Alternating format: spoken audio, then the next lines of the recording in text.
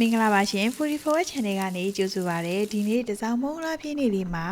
လူကြီးတွေအမြဲပြောလေးရှိတဲ့ဆေးဘက်ဝင်နေဆိုတဲ့မက်ဆီလီဘူးတုပ်လေးကိုတုပ်စားဖြစ်ပါတယ်ရှင်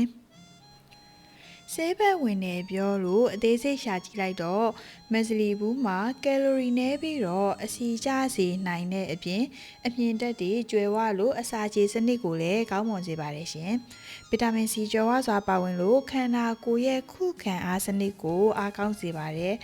အဓိကတတိထားရမှာကတော့အလွန်အမင်းစားသုံးမိရင်လေပွားခြင်းဘိုင်းအောင်ခြင်းတွေကိုဖြစ်စေနိုင်တဲ့အပြင်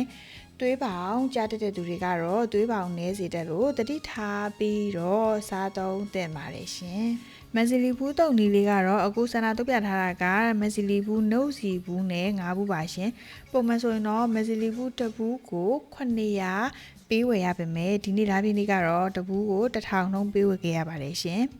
အရင်ဆုံးမက်ဆီလီဘူးလေးတွေကိုနူးဤနေအောင်ပြုတ်ပြီးတော့မှအရင်ဆုံးထောင်းပါတယ်ရှင်ထောင်းပြီးမှအခုဆန္ဒတုတ်ပြမှာပါရှင်တချို့ကတော့ကြက်သွန်နီကြိုက်တယ်ဆိုပေမဲ့စနာကတော့ကြက်သွန်နီမကြိုက်လို့ထည့်ပြီးတော့မတုတ်ထားပါဘူးရှင်တကယ်လို့ကြက်သွန်နီကြိုက်တယ်ဆိုရင်လည်းထည့်ပြီးတော့တုံနိုင်ပါတယ်ရှင်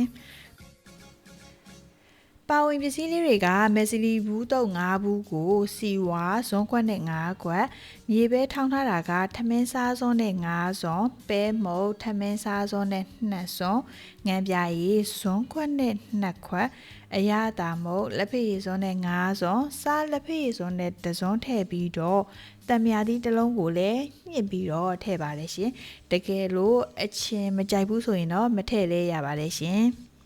ပြီးရင်အကုန်လုံးကိုတမနေအောင်မှွေပြီးတော့အပေါ်ကစီကြော်လေးဖြူးပြီးရင်စားလို့ရပါပြီရှင်မက်ဆီလီဘူးတုပ်ကိုဒီတိုင်းကြီးစားတယ်ဆိုတာထက်အပေါ်ကစီကြော်လေးတွေနဲ့တွဲပြီးတော့စားရင်ပိုပြီးတော့စားလို့ကောင်းပါတယ်ရှင်